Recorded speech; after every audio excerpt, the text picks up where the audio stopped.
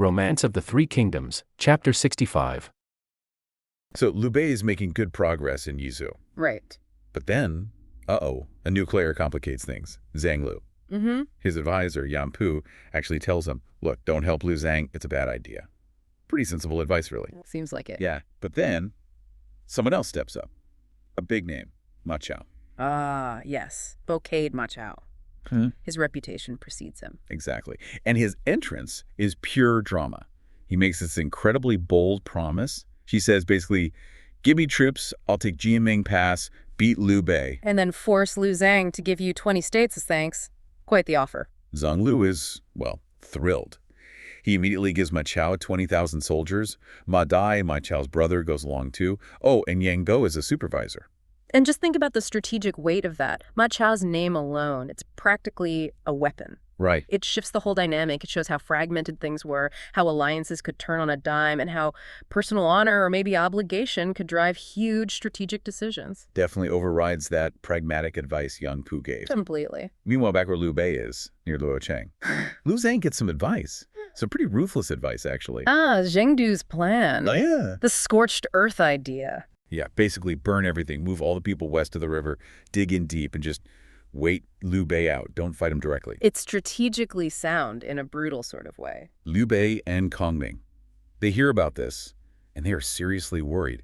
They see that if Liu Zhang actually does this, their campaign is in deep trouble. Perilous, as the text says. It really raises that tension, doesn't it? Ruthless strategy versus, well, maybe looking after your own people. But Fizhang, one of Liu Bei's advisors who used to work for Liu Zhang, he's not worried. No, he knows Liu Zhang. He predicts Liu Zhang will definitely not use it. And he's right. Word comes back. Liu Zhang refused. He won't displace his people like that. And that's such a key moment. Fizhang understood Liu Zhang's character, his values. He knew that would dictate the strategy, not just cold, hard military logic. It's a huge relief for Liu Bei. Yeah. And Kongming, he sees the opening immediately. Always ready to adapt. He says, okay, let's go. Advance quickly. Take Mianzhu. If we get Mianzhu, Chengdu is within reach. Suddenly, the path looks clear again. Thanks to Liu Zhang's, well, principles. So, Mianzhu is the next target. Liu Bei sends two of his best fighters, Huangzong and Wei Yan. Formidable warriors, both of them. They get there, and Fei Guan sends out Li Yan with 3,000 troops. Huangzong fights Li Yan, and it's a serious duel. 40, 50 rounds, the text says, and no clear winner. Intense. And this is where Kongming steps in again, strategically. Right. He sees this isn't just about overpowering Leon. Huangzong is tough, but Leon is holding his own. Brute force isn't the easy answer here. So Kongming orders a retreat, not because they're losing, but because he's got an idea. He's adapting again. He recognizes Leon's skill and pivots. It's smart. It's about using cunning, not just power. He pulls Huangzong aside and lays out this plan, a trap. The classic feigned retreat. Exactly. Tomorrow, he tells Huangzong, fight him, pretend to lose, and lure him into this specific mountain valley, where of course Kongming will have troops waiting. Textbook ambush. So the next day, Leon comes out again, maybe a bit confident after holding off Huangzong. Probably, yeah. Huangzong engages, fights for maybe 10 rounds, then turns and runs, just like planned. And Leon takes the bait. Hook, line, and sinker.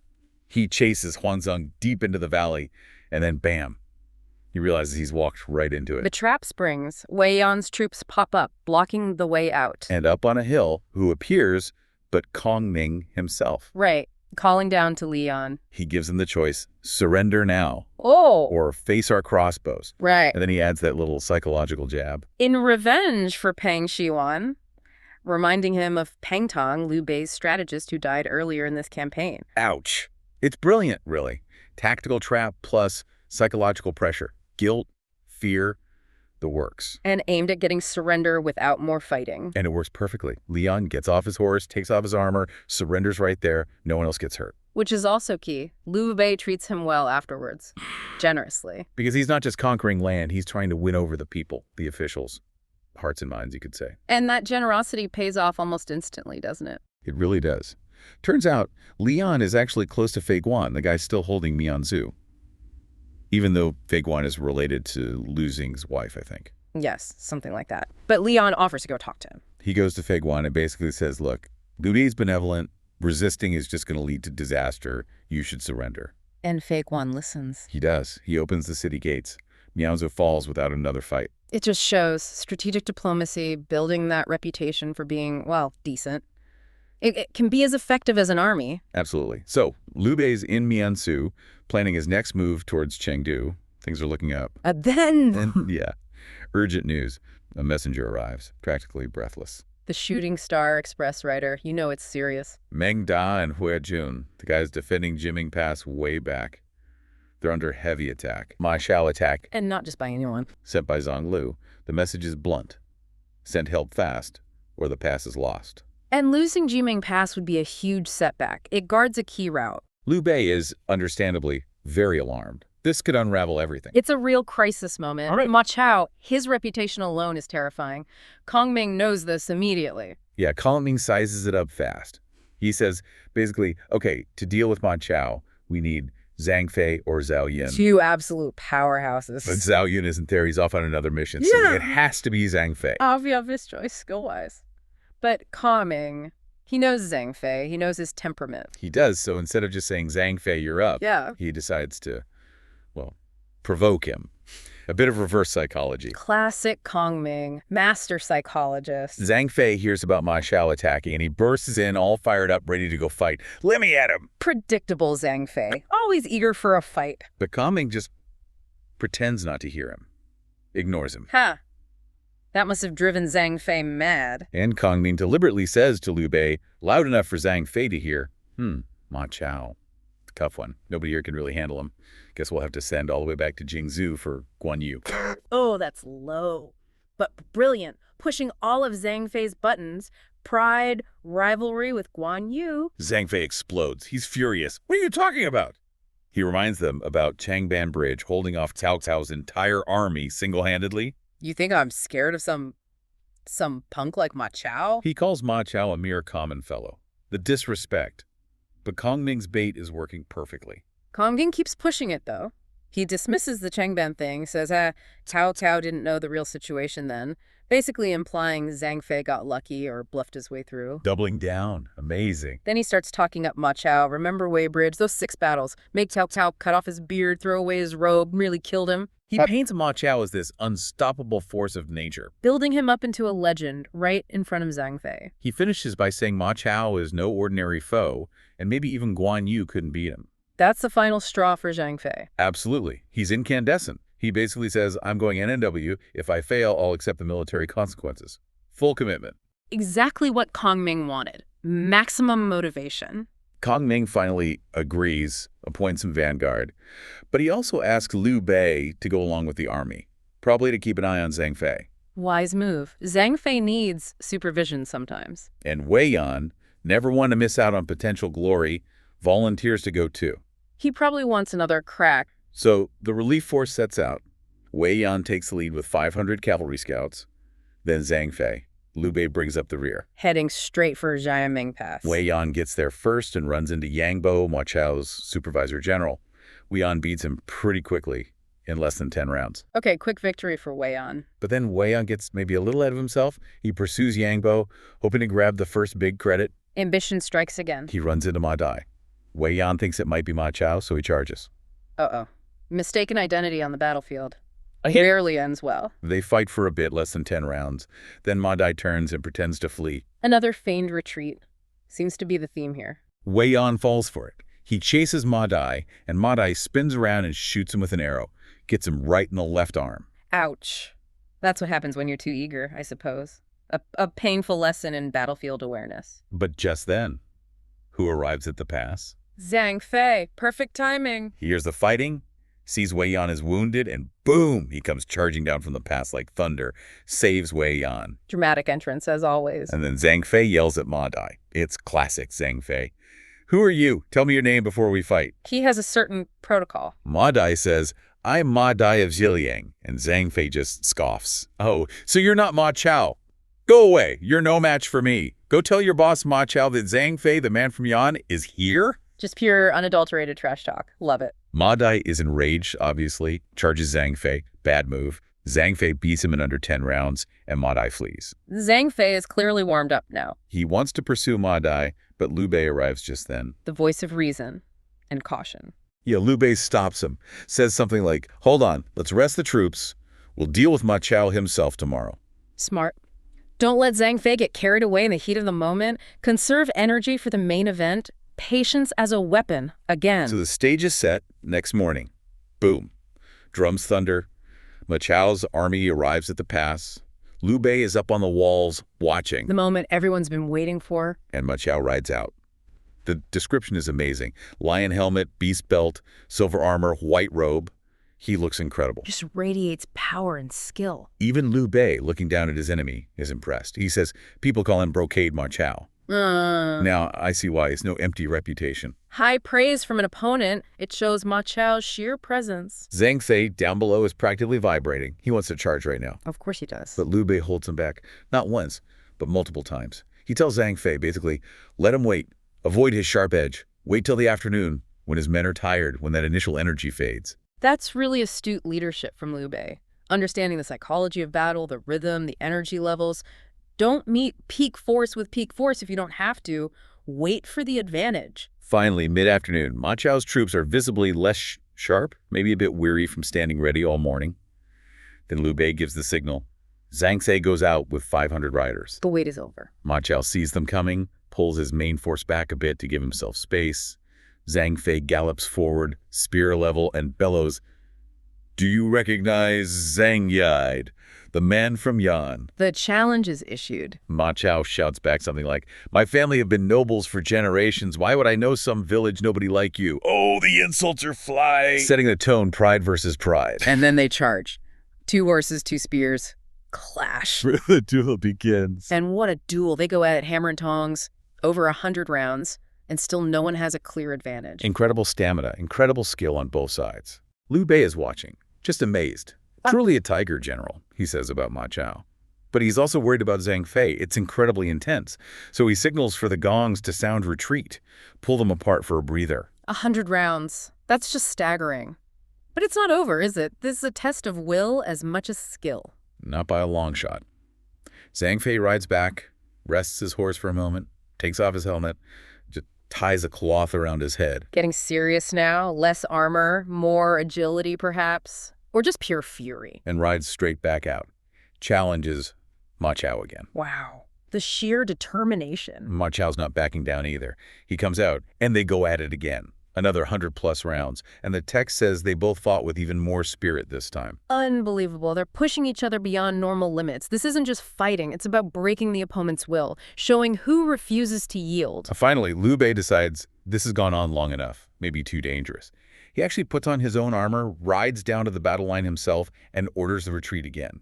Forces them apart. He steps in personally to end it, recognizing it's become a potentially destructive stalemate. Or maybe just preserving his general. Yeah, separates these two incredible warriors before something permanent happens. What a confrontation. A duel for the ages, ending, for now, in a draw. Jiming Pass, it's late in the day. Liu Bei's forces are confronting Ma Chao's. The tension must have been palpable. You'd think so. And Liu Bei, known for his foresight, he advises his, let's say, often impetuous general, Zhang Fei. It's putting it mildly sometimes. Right. He tells him to pull back for the night, says, Ma Chao is brave, do not underestimate him, let's retreat to the pass, we'll fight again tomorrow. It's pragmatic advice, Yeah. Sensible, really, preserve your strength. But Zhang Fei, well, driven by this intense battle lust, he's just not interested in retreating. Not his style. The text makes it so clear he's just spoiling for a fight. He cries out, I swear I won't go back. You can almost hear him shouting it. Exactly. And then he escalates, demanding, light more torches, arrange a night battle. His spirit is just unyielding. Incredible energy. And what's remarkable is Ma Chao matches him. He matches that defiance. No hesitation. None. Replaces his horse, accepts the challenge for a night battle, vowing, I win you not, I swear not to return to the camp. Wow. So the stage is set. Completely. Both armies then light up the battlefield with thousands of torches. Turning night into day. What a visual. It's truly dramatic. So under this, artificial daylight, these two titans collide. And they go at it. How many rounds? Over 20 rounds of just fierce combat. But then Ma Chao formidable warrior that he is, he seems to realize something. That maybe a straight fight isn't the way. Exactly. He realizes a direct victory against the Zhang Fei might not be possible. So he shifts tactics, he pretends to be defeated and flees. Ah, the feigned retreat. A classic maneuver. Right. And as Zhang Fei, probably full of adrenaline, chases him, Ma Chao pulls a surprise move. Okay, what happens? He secretly pulls out a copper hammer and suddenly turns to strike. Whoa, out of nowhere. Totally unexpected. Potentially lethal. Fortunately, Zhang Fei is on guard. He manages to dodge. Close call. The hammer just whizzes by his ear. So Zhang Fei then kind of mirrors the tactic. He retreats himself. They're into the tables. Yeah, and as Ma Chao gives chase, Zhang Fei takes a shot with his bow. Does it hit? No, Ma Chao dodges it too, expertly. So both return to their lines. Okay, that initial exchange, it reveals so much about them, doesn't it? It really does. You've got Zhang Fei's raw ferocity, almost reckless courage, like a force of nature. Absolutely. But then Ma Chao shows a different kind of strength.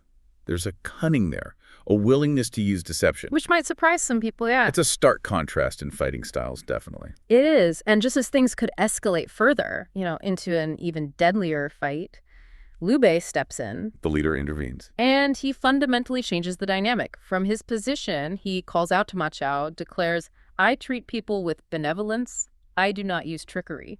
Ah, playing the virtue card. Totally. He then offers a truce.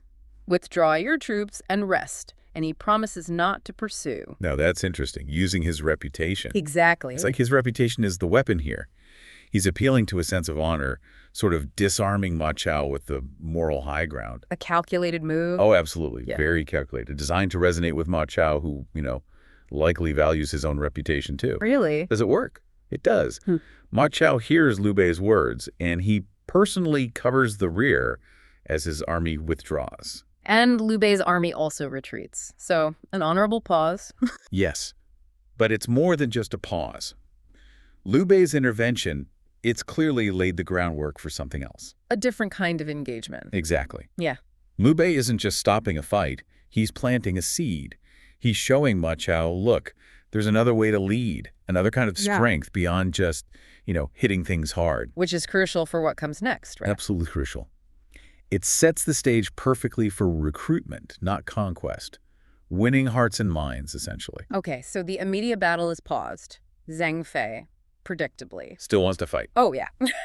He's chomping at the bit to go at Ma Chao again the very next day. But before that can happen, a pivotal figure arrives. Don't tell me. Zhu Liang. The one and only. Liu Bei's brilliant strategist, he arrives precisely when needed. Perfect timing. Yeah. And he sees the danger. Immediately. He recognizes the risk of continuing this head-on conflict with Ma Chao. His assessment here is just incredibly sharp. He tells Liu Bei, I have heard that Ma Chao is a tiger general of this age. Acknowledging his strength. Right. If he fights to the death with Yaid Zhang Fei, one of them will surely be injured. He's worried about losing Zhang Fei or unnecessarily harming Ma Chao. Makes sense. He even explains he rushed there, leaving other key generals like Zhao Yun and Huang Zong behind. Just to prevent this. Specifically to prevent this mutually destructive loss. So his objective is clear. Save Zhang Fei, but also get Ma Chao. Precisely. Bring this tiger general into their fold. And Liu Bei, for his part, he wants this too. He asks, I admire Ma Chao's bravery greatly. How can we get him? He sees the value, needs the how. And this is where Zhu Liang's, his genius for intricate, multi-layered strategy just shines. No direct confrontation. No. He knows fighting Ma Chao into submission might cost too much. Maybe even cause Zhang Fei. So he devises a plan using external factors. Okay, lay it on us. What's the plan? It's a masterpiece of manipulation, really.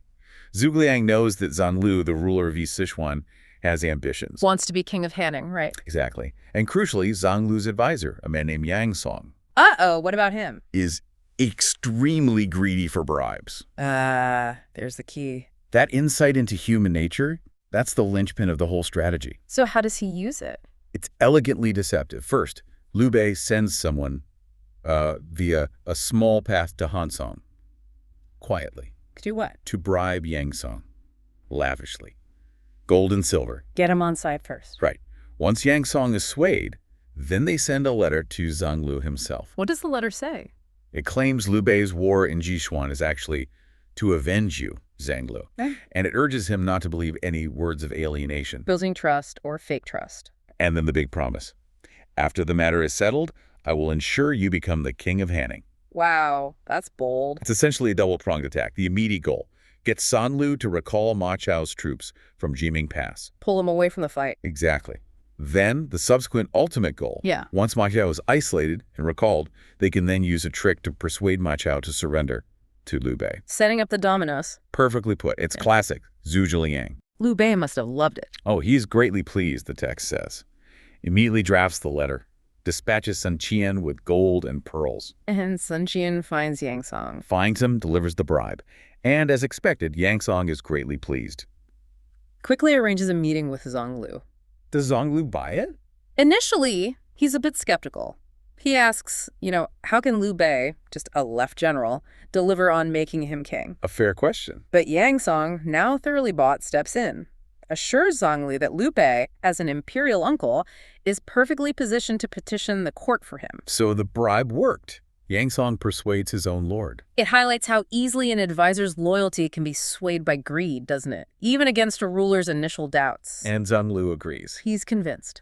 Greatly pleased, again. Immediately sends an envoy to recall Ma Chao's troops. Phase 1, done. Okay, so the recall order goes out. But now things take a dramatic turn for Ma Chao. He doesn't just pack up and leave. No. Sun Town is waiting back in Hanzhong, and the first report comes back. Ma Chao replies, he has not yet achieved success and cannot withdraw his troops. Still focused on the fight. Defiant. Exactly. Zhang Lu sends messengers a second time, then a third time. But Ma Chao stubbornly refuses. He wants to finish this. Oh, that defiance is going to be costly, isn't it? Given Yang Song is waiting in the wings. It gives Yang Song exactly the leverage he needs. He goes straight to Zhang Lu. And says, unleashes this devastating accusation. This man has always been untrustworthy, and his refusal to withdraw his troops means he certainly intends to rebel. wow. Straight for the jugular. And he doesn't stop there. He then spreads rumors. What kind of rumor? That Ma Chao intends to seize Sichuan, make himself its ruler, avenge his father, and is unwilling to submit to Hanzhong. A calculated, brutal smear campaign. Yeah. Designed to completely destroy Zhang Lu's trust. Absolutely. It's brilliant in its cruelty. Zhang Lu, now really distressed by these rumors and Ma Chao's defiance, asks Yang Song for advice again. Letting the fox guard the henhouse. Pretty much. And Yang Song, with ruthless efficiency, lays out an impossible ultimatum. The 3 conditions. What are they? He advises Zhang Lu to send an envoy giving Ma Chao a 1-month deadline. In that month, Ma Chao must 1. Take Sichuan. The whole province. Impossible. 2. Bring Liu Zhang's head. Also impossible. And 3.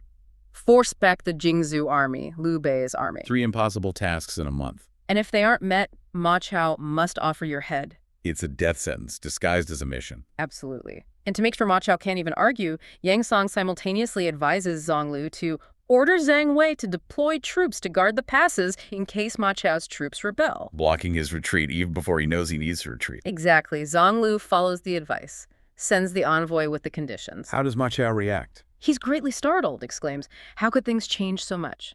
He talks with his cousin, Ma Dai. They quickly decide it is better to withdraw our troops. But it's too late. Way too late. Yang Song again spreads rumors that Ma Chao's withdrawal itself proves he has sinister motives. He's just twisting everything. And just as Ma Chao tries to retreat, he finds the mountain passes sealed. Zhang Wei has deployed 7 divisions to firmly guard them. So he can't go back to Hanzhong. Can't go back, can't really advance against Liu Bei under these conditions. He's utterly trapped, unable to advance or retreat with no recourse. Completely isolated and betrayed. Wow. This whole sequence, it's just a masterclass in information warfare. How easily trust is shattered when ambition and greed are in play. And Ma Chao, the fierce warrior, undone not by a sword, but by lies and strategic isolation. It really highlights how crucial it is to understand the political game, not just the battlefield. It's an incredible demonstration. Even the most powerful individuals can be maneuvered into a corner by a well-orchestrated political scheme. His pride, his refusal to leave Jiaming Pass, became the very thing Yang Song exploited. Precisely. So seeing Ma Chao in this, dire predicament, Zibi Liang makes a bold proposal. What does he suggest? He tells Liu Bei, now Ma Chao is in a dilemma. I will use my 3-inch unrotting tongue to personally go to Ma Chao's camp and persuade him to surrender. He wants to go himself Oh. into the camp of this cornered, desperate general. Yep. But Liu Bei, ever protective of his strategists, Says no way. vehemently refuses. Says, sir, you are my heart and lungs. If anything were to go wrong, what would I do? He insisted Zhu Jiliang not go. Recognizing the huge risk, it shows how much he values Zhu Jiliang. Definitely. But it also creates a new challenge. Yeah. Okay, if not Zhu Jiliang, then who can persuade Ma Chao? And just him. Perfect timing strikes again.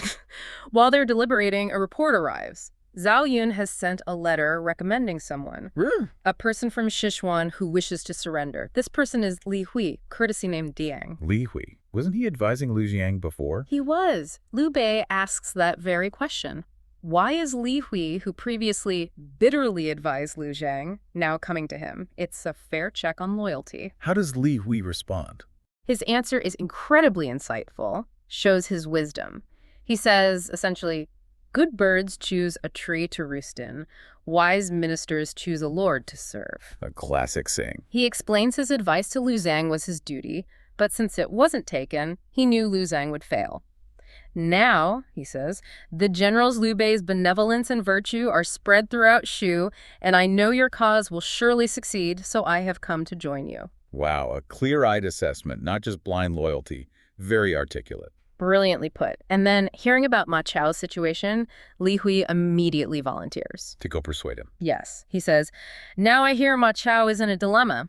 I had a brief acquaintance with him in Longji, and I am willing to go and persuade Ma Chao to surrender. He has a prior connection. That's useful. Exactly. Zhu Diang is understandably greatly pleased. He remarks, I was just looking for someone to go in my stead. Perfect alignment of need and opportunity. Li Hui is the ideal diplomat for this. And then the final stroke, maybe intrigue. Li Hui whispers his arguments to Zhu Jiang. Whispers them. We don't get to hear. Nope.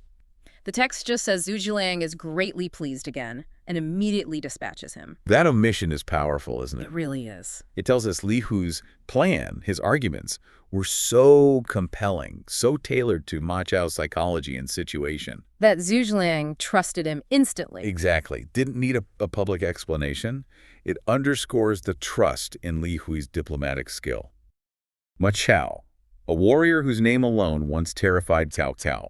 He's now in a really precarious spot, sort of adrift after some setbacks. And into his camp walks Li Hui, bold as brass, a diplomat on a mission that could, frankly, get him killed.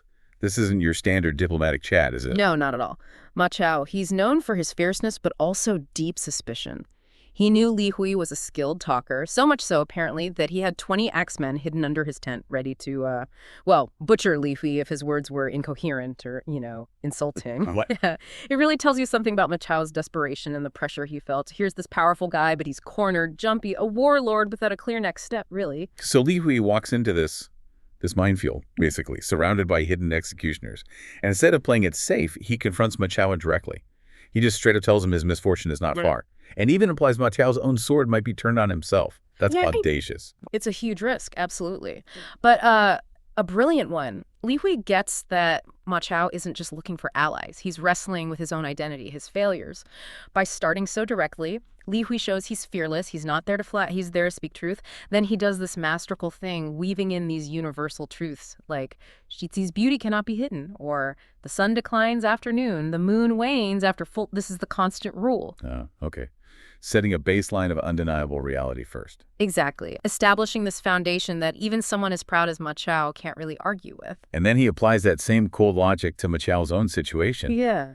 And, he doesn't pull any punches. He lists everything, right? The blood feud with Cao Cao over his father. The bitter hatred back in Longji. Yeah. And all his failures. Systematically. He couldn't save Liu Zhang, couldn't stop Jingzhu's army, couldn't control Yangsong, couldn't even get a proper meeting with Zhonglu. It's like a clinical breakdown of every single misstep, every defeat. Leaves Ma Chao with basically zero wiggle room. So after just hammering him with all this, Li Hui delivers what sounds like the final psychological blow. He does. He calls him isolated across the 4 seas without a master. it carries this immense weight. It's not just physical isolation. It's like total political and moral homelessness, a complete lack of standing. Wow. It's stark. Then he throws in the past defeats, Weibridge, Zhisheng, asking, what face do you even have left? It just strips away everything, Ma Chao's pride, his honor, and Li Hui hasn't even made a direct threat himself. So how does Ma Chao take this? Sitting there in his tent, hearing his life basically ripped apart. It's devastating. The sources say he has this moment of realization, admits he has no way out. It's complete psychological surrender. He sees the truth Li Hui's shown him. And then, almost casually, Li Hui points out the hidden axeman. Oh, brilliant timing. Right. Ma Chao is utterly ashamed. His pride just crumbles. He waves the axeman away immediately. That's the pivot point. His defenses are down. He's ready to hear another way. And then Li Hui switches tactics, doesn't he? Offers him a way out instead of just pointing out the dead end. He pitches Liu Bei as this virtuous lord, someone who welcomes talent, respects people, even mentions Ma Chao's own father allied with Liu Bei once. That's clever, appealing to honor and history. Exactly. He urges him to abandon darkness and turn to light, Bei onto Ming. To avenge his father, yes, but also to build his own glory under a worthy leader. It's a compelling future. And Ma Chao bites. Bites hard. The reaction is immediate. He's overjoyed. Doesn't just agree, he acts. He grabs a sword, executes Yang Bai right then and there, literally cutting ties with his troubled past. No hesitation. None. Then he takes Yang Bai's head, goes with Li Hui, and surrenders to Liu Bei. It's dramatic, symbolic, a violent declaration of, I'm all in. Okay, so Ma Chao is now in Liu Bei's camp. This must have sent shockwaves, right? Yeah. Huge morale boost for Liu Bei's side. Oh, absolutely massive. Liu Bei handles it perfectly, too. Welcomes him personally, treats him like an honored guest, not like some defeated enemy crawling back. Right, respecting his status. Which clearly resonates with Ma Chao. He says that famous line, meeting a wise lord is like seeing blue sky after parting clouds. Shows you how much hope this gives him. That's strategically. This is huge for Liu Bei. Monumental. Ma Chao's reputation alone is a weapon. A warrior who genuinely scared Cao Cao. That demoralizes enemies. Plus, he brings his own forces and undeniable military prestige. It significantly tips the balance of power. And Liu Bei's willingness to embrace him. That says something, too. It does. Shows he values talent and loyalty over old grudges. A key part of his leadership appeal. Then we get this incredible, almost cinematic moment. Liu Bei is hosting Ma Chao at Mianzhu. Zhao Yun and Huang Zong are there. Yep. And news arrives. 2 enemy generals, Lu Jin and Ma Han, are on their way. And what happens next is just astonishing. The speed, the decisiveness. Zhao Yun basically says, I got this, volunteers to capture them, rides out, and comes back before the feast is even properly settled, presenting both their heads at the table. Again, seriously, before the food got cold. Pretty much. It's this almost legendary display. Breathtaking speed and skill. You have to think it was partly a performance. A demonstration for the new guy. Exactly. A way to show Ma Chao, this is the caliber of warrior you've just joined. Overwhelming might. Executed flawlessly. And Ma Chao's reaction. The text says he's astonished, utterly blown away, develops an even deeper respect. Seeing that kind of power right there at the dinner table, it must have completely erased any lingering doubts. Yeah, I'll say. And then, fired up by this, Ma Chao makes this incredibly bold offer to Liu Bei. He says, basically, you don't even need to fight anymore. Let me handle Chengdu. Just like that. Yeah.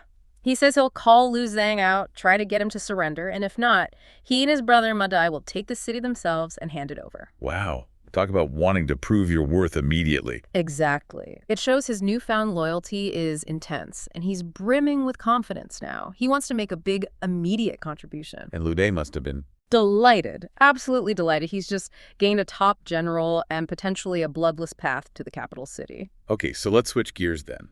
What's happening inside Chengdu with Lu Zhang? Things are looking pretty grim for him. Yeah, grim is putting it mildly. His defeated soldiers are returning, reporting the bad news. Ma Chao's defection must have been a huge blow. Lu Zhang's dismayed, orders the city gates locked tight. But then, this confusing report comes in.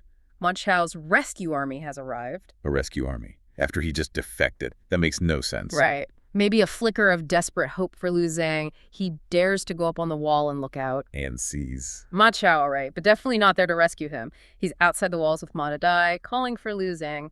Ma Chao quickly explains, Zhuang Lu listened to slander, tried to harm me, so I joined Liu Bei. Surrender now, spare the people, or we attack. Oh, man. The guy he thought might save him is now the one demanding his surrender. The psychological blow must have been immense. It was. The sources say Lu Zhang turns ashen and literally faints right there on the city wall. Faints. Wow. When they revive him, he's lamenting his unclear judgment. And he makes the call, surrender, to save the full city's populace. Seems pragmatic given the circumstances. But was it just fear? Well, that's the interesting question. One of his officials, Dong He, argues against it fiercely. He points out, hey, we still have over 30,000 soldiers, enough supplies for a year. Militarily, they could hold out. But Lu Zhang doesn't go for it. His reasoning is quite moving, actually. It really is. He says something like, my father and I, we've ruled Shu for 20 years, but we haven't shown much benevolence to the people. 3 years of war, so much bloodshed, it's all my fault. How can my heart be at peace? Better to surrender and bring peace to everyone. It's quite a statement. Taking personal responsibility, prioritizing the people over holding on to power, acknowledging his own failures as a ruler. It's profound. He's invoking that Confucian ideal of benevolence, reign the ruler's duty to care for his subjects, and admitting he fell short. The text says many of his officials were moved to tears. It suggests this wasn't just cowardice, but maybe a genuine moral choice, choosing compassion, finally, over more fighting. And then just to add another layer, an astrologer steps up, Chao. Right. Chao comes forward and backs Lu Xing's decision, but with celestial justification. He says he saw heavenly signs, stars gathering over Shu, a big bright one like a moon, an omen of an emperor. An emperor? Meaning Liu Bei. That's the implication. He even brings up an old children's rhyme. If you want new rice, wait for the first Lord Liu Bei to come. He basically declares surrendering as a line with the mandate of heaven. It's fated. So providing a kind of cosmic permission slip for surrender, that must have been powerful in that era. Hugely powerful. It legitimizes Lu Zhang's decision, makes it seem less like failure and more like bowing to destiny. Some officials are furious, want Chao executed for treason, but Lu Zhang stops them. And then the final nail in the coffin. News arrives that Zhu Jing, the actual governor of Shu Commandery, a top official, has climbed the wall and defected. That's it then. Game over. If your own governor abandoned ship. Exactly. Total collapse of authority. Lu Zhang, in tears, goes back to his residence. The decision is sealed. So the next day, Liu Bei sends his strategist Jianyang into the city. Lu Zhang opens the gates. But Jianyang apparently arrives looking pretty arrogant, in his carriage, self-assured. That seems risky. It does seem a bit tone-deaf, doesn't it? And it almost backfires. One of Lu Zhang's guys, Qin Mi, gets furious, draws his sword, and confronts Jianyang for looking down on the talents of Shu. Shows there was still pride and fight left in some. Yikes. How did Jianyang handle that? Very smoothly, actually. Showed some quick thinking. He immediately gets out of the carriage, apologizes humbly, diffuses the whole thing. Good diplomatic recovery. Okay, crisis averted. Then Jianyang delivers Liu Bei's message. Yes, and the message is key. He emphasizes Liu Bei's generosity and magnanimity. Kondong Dadu assures Lu Zhang he won't be harmed. Playing right into Liu Bei's established brand, basically. The benevolent leader. Precisely. It's exactly what Lu Zhang, having just made this agonizing moral decision, needs to hear. It validates his choice, makes the surrender feel less like a defeat and more like a transfer to a worthy, kind ruler. It really smooths the path for that peaceful transition. Reputation matters. So Lu Zhang formally agrees, treats Jianyang well, and the next day, he himself brings the seals, the documents. Yeah, the symbols of power. Rides out with Jianyang to surrender. And Liu Bei meets him personally, rides out, takes his hand, and apparently weeps. Says that line, it's not that I don't practice benevolence, but circumstances forced my hand. A bit of political theater, perhaps, but effective. Oh, definitely effective. They transfer the seals, ride into the city together. It frames the whole thing not as conquest, but as this almost reluctant, necessary, compassionate integration. Masterful PR, really, solidifying Liu Bei's image. Liu Bei finally makes his entrance into Chengdu, and the people, well, they're ecstatic. Fragrant flowers and lamps. Sounds pretty perfect, right? Like a dream come true for him after all that struggle. But almost immediately, like right away, we see the first little ripple. Dissent. Two officials, Huang Quan and Liu Bei, they just refuse to come out. They just stay home. Yeah. A very public snub. Exactly. Now, this next part, this is where it gets really interesting for understanding leadership. Liu Bei's reaction. It's not what you might guess. No soldiers sent. No immediate punishment. Nope. Instead, he puts out this chilling warning, basically saying if anyone harms these two, their entire family. Wiped out. Yeah. Total extermination. Whoa. Okay, that's laying down the law. But then he personally goes to their houses to invite them. So what does this mix tell us? This, like, absolute authority, but also personal appeal. What's fascinating is exactly that combo right out of the gate. He uses the ultimate threat to ensure their safety and show his power, but then immediately follows with respect, personal courtesy. It sets a really clear tone. He's saying, look, I value talent even if you defied me initially. And he's showing he'll use, well, grace to bring people in, not just force. Right. It's pragmatic. Hugely pragmatic. You need to integrate these old factions somehow, right? Yeah. Without just crushing them and creating more resentment. It's a really bold first move. Definitely. He Right. wants their loyalty, not just, forced obedience.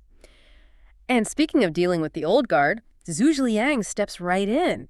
He advises sending Lu Zhang, the defeated ruler, off to Jingzhou. The logic seems pretty straightforward. Yeah, Zhu Zhiliang says Yi province cannot tolerate two masters. Seems, well, pretty cut and dry strategically. Makes sense. Avoids having a rival power center. But Liu Bei, at first, he sort of hesitates. He actually says, I've only just got Shu commandery. It's maybe not right to send Lu Zhang so far away yet. He sounds almost, well, soft-hearted. A little bit, yeah. Yeah. Concerned, maybe. So why that hesitation, you think, when the strategy seems so obvious? Well, if you think about the bigger picture, Liu Bei is actively trying to cultivate this image of benevolence, right? Yeah. He wants to be the opposite of Lu Zhang, who people saw as weak. He's building his brand, so to speak. Yeah, okay. Reputation management. Exactly. But Zhu Zhilang, he just cuts right through that. He basically says, look, Lu Zhang lost to everything because he was weak. If you start acting soft-hearted and indecisive now, Lord, this place might not hold together for long. Wow. That's blunt. It's a stark reminder, isn't it? Compassion is great, but statecraft, that needs decisive action, sometimes tough action, especially when you're consolidating power. Political reality bites. So Liu Bei gets it. He's convinced, and he acts. But still, with that touch of grace we saw earlier. Right. Lu Zhang isn't executed or thrown in jail. He gets treated with respect, a big feast, he keeps his valuables, gets a fancy title, General Who Shakes Might. Sounds impressive, even in defeat. It does. And then he's sent off with his family to Gongan in Nan Commandery. It's like a key outpost, but it's still a remarkably lenient way out for a defeated enemy. Very different from how these things often went down. And then Liu Bei formally makes himself governor of Yi province. Exactly. Decisive, but not cruel. That helps his image. And then comes the next big step. Rewarding everyone. A massive distribution of gifts and positions. And it's not just his own guys, right? It's all the officials who surrendered too. Yes, that's key. Over 60 names mentioned. People like Yan Yan, Fa Zheng, Dong He, even the two who initially refused, Liu Bei and Huang Quan. They all get positions, plus, of course, his loyalists. Zhu Zhiliang, Zhang Fei, Zhao Yun, Huang Zan, Ma Chao, Wei Yan, the whole crew. Okay, and his sworn brother, Guan Yu, he gets something pretty special, doesn't he? Oh, yeah. Exceptionally lavish. Yeah. We're talking 500 caddies of gold, 1,000 caddies of silver. Get this, 50 million cash. 50 million. That's an insane amount of money back then. Almost unimaginable. Plus 1,000 bolts of fine shoe silk. Wow. Okay, so this is way beyond just a thank you gift, surely. What's the message Liu Bei is sending with rewards this huge, especially to Guan Yu? Oh, absolutely strategic. It's about cementing loyalty, obviously, rewarding that long service, but it's also a massive display. It shows off the new regime's generosity, its wealth, its capability. Look how well we're doing. Precisely. The scale, especially for top guys like Guan Yu, reinforces their status, binds them closer. It demonstrates stability, which is crucial if you want to win those people's hearts we talked about. He's showing that being on his team pays off big time. Makes sense. Build loyalty, show strength. And it wasn't just the elites either. The source says the regular soldiers got feasts, slaughtering cattle and horses, and they opened the granaries for the common folk. Right, relief for the people who'd suffered through the wars. And the result? Army and people greatly pleased. Sounds like phase 1 of consolidation was a pretty big success. He's building goodwill everywhere. Seems like it. A very strong start. Okay, so the celebrations are probably still going on, and Liu Bei gets another idea. He wants to give out the prime real estate in Chengdu, these famous properties, to his officials. Seems logical, right? Another way to reward loyalty, keep the key players happy. Exactly what I was thinking. But then Zhao Yun steps in, one of his most trusted generals, always seen as, very upright, and he has a totally different perspective. Yeah, Zhao Yun actually advises against it. He says basically, look, the people here in Yi province, they've suffered through years of war. Their fields are empty. Their houses are destroyed. We should give this land back to them so they can rebuild their lives. Wow. And he adds, then we'll truly win the people's hearts. It's not right to just take it for private rewards for us. And Liu Bei's reaction. He greatly rejoices and follows the advice immediately. That's a really powerful moment, isn't it? It really is. What makes Zhao Yun's advice so, well, impactful? And why is Liu Bei so quick to agree, even though it means not giving his top guys this big perk? I think this shows a really profound understanding of governance, long-term versus short-term gain. Giving land to officials, that's the traditional conqueror's reward. But Zhao Yun gets it. The real foundation of a stable state is its people. Uh-huh. Secure the base. Exactly. After all that war, their immediate needs, shelter, food, stability, are everything. Liu Bei accepting this shows real political wisdom. He's choosing long-term popular support over, instantly gratifying his inner circle. It connects right back to that idea of winning the people's hearts through justice and actual relief, not just words. Absolutely. It's about building something that lasts generations, not just winning the current political game. Okay, so the state is taking shape. Next up, laws. Zhu Zhiliang drafts new laws for governing Shu, and they're described as quite strict. Heavy penalties. Which seems a bit counterintuitive, maybe. You'd think after a war you might want to go easy, win people over with leniency. Right, and that's exactly what Fa Xiang argues for. He's another key official, remember? Yeah, he brings up Emperor Gaozu's famous 3-chapter law, which was super simple and lenient after the really harsh Qin dynasty. He suggests Zhu Zhiliang should maybe relax the laws a bit, comfort the people's hopes. So you have this clear clash of philosophies right there. Strict order versus comforting leniency. So why is Zhu Zhiliang pushing for strictness? What's his reasoning? Well, his response is frankly brilliant. He tells Fa Xiang, you know one thing but not the other. He argues that context is everything. Gaozu's leniency worked because the Qin were tyrants. People craved relief.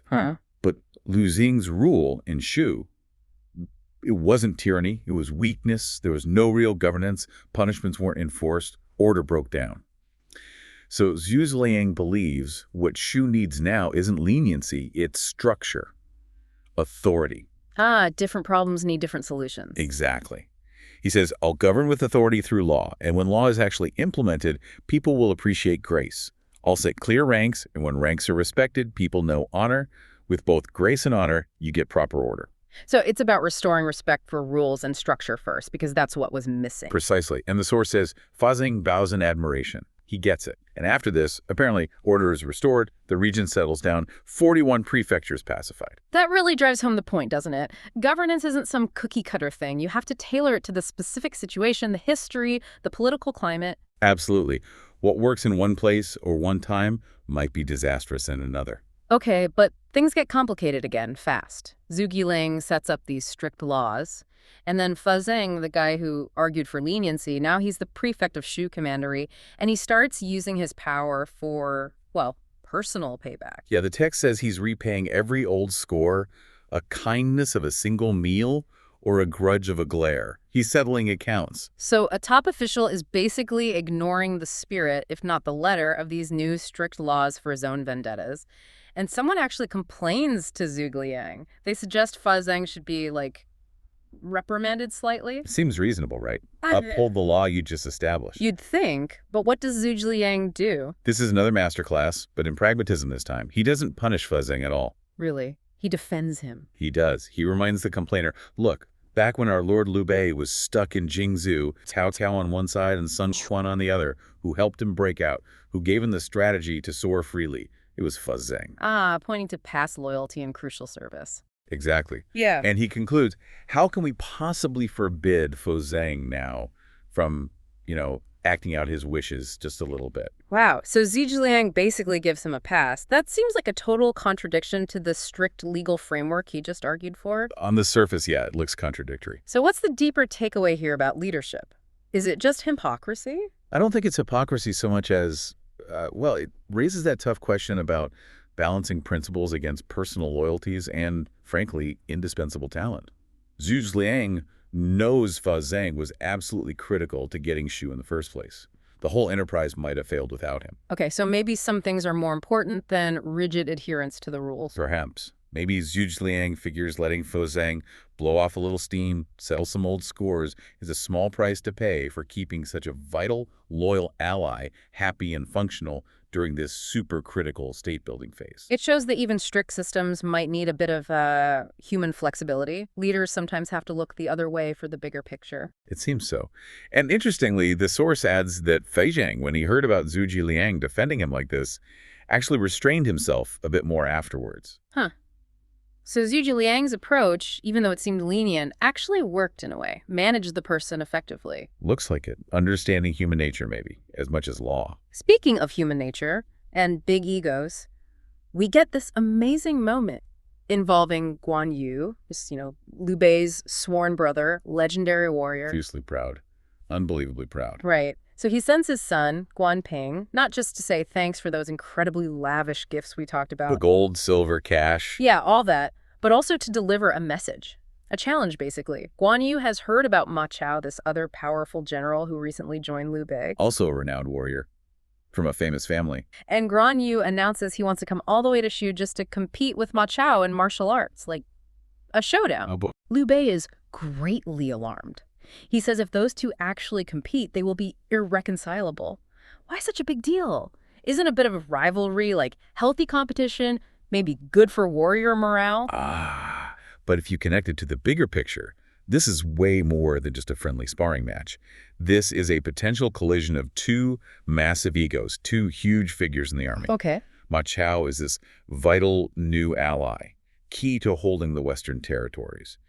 Guan Yu is, a foundational pillar of Liu Bei's power, revered by many. A direct clash. It could split loyalties right down the middle, create dangerous factions. Undermine the unity they just built. Exactly. Unity is everything, especially now. Yeah. This could destabilize the whole new state before it even gets properly on its feet. Right. Okay, much more serious than just a duel. So Zhuge Liang steps in again. He offers to write a letter back to Guan Yu, and Liu Bei is nervous, tells him to write fast because he knows that Guan Yu can be impatient, impulsive. Yeah, better handle this quickly and carefully. And the letter Zhuge Liang writes, it's legendary for a reason. Listen to this. I hear you wish to determine superiority with Ma Chao. He acknowledges the challenge. In my estimation, though Ma Chao is exceptionally heroic, he is merely a figure like King Bu or Peng Yu. Okay, so name-dropping some famous but ultimately second-tier figures from history. Right. Then he says Ma Chao can compete with Zhang Fei, Liu Bei's other sworn brother, but he is not yet equal to the peerless and extraordinary general with the fine beard. The fine beard. Guan Yu's famous nickname. So he's putting Guan Yu not just above Ma Chao, but even implying he's a cut above Zhang Fei. That's some serious flattery. Oh, yeah. Pure ego stroking, but then he pivots. Now you are entrusted with the important task of guarding Jingzhou. Critical region, remember. If you were to enter Shu and Jingzhou were lost, the crime would be immense. I only hope for your clear understanding. Wow. That is masterful. Isn't it? How does he pull that off? Smoothly handle that massive pride while still delivering the essential strategic message. Stay put. It's brilliant psychology, really. Yeah. First, he massages the ego. He builds Guan Yu up, makes him feel completely validated, superior even. Then, once Guan Yu is feeling good and receptive, he delivers the crucial point about strategy and duty. Jingzhou is too important. It allows Guan Yu to back down without losing face. He gets to feel like he's choosing the responsible, strategically vital path because he's just that important. And it works perfectly. Right. Like a charm. Yeah. The text says Guan Yu strokes his famous beard, laughs, and says, Zhuge Liang knows my heart. And he drops the whole idea of going to Shu. Problem solved. Diplomacy wins. Incredible. So, okay, internal fires seem damped down for the moment. But just when you think Liu Bei might actually be getting settled in Shu, Uh-oh. There's always something else, isn't there? seems like it. Over in eastern Wu, Sun Quan hears the news. Liu Bei has conquered Shu. Lu Zhang is out, sent off to Gongyan. And Sun Quan remembers something. He certainly does. He immediately calls in his advisors, Zhang Zhao and Gu Yang, and reminds them, Liu Bei borrowed my Jingzhou. Ah, yes. The long-standing issue. The borrowed province. Promising to return it after taking western Shu. Now he has 41 prefectures of Bashu. It's time, Sun Quan says. We demand the hands-on commanderies back, and if he doesn't return them, we go to war. Boom. The other shoe drops. Right. This isn't just about land anymore, is it? It feels like it's about that broken promise, the shifting power dynamic. Sun Quan sees Liu Bei getting stronger and stronger. And feels it's time to call in that debt. Or maybe feels threatened. Yeah, and it just completely sets the stage for the next round of conflict. And it's fascinating how quickly that external pressure mounts, isn't it?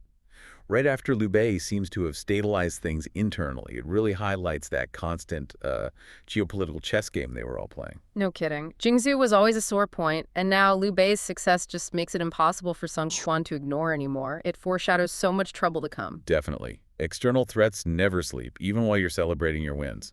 And get this. Zhang Zhao, Sun Quan's advisor, actually advises against starting a war immediately. Instead, he proposes a cunning plan, a scheme to make Liu Bei offer Jingzhou with both hands. Without fighting. Now that's intriguing. A plan to get the province back without shedding blood. That is a perfect cliffhanger, isn't it?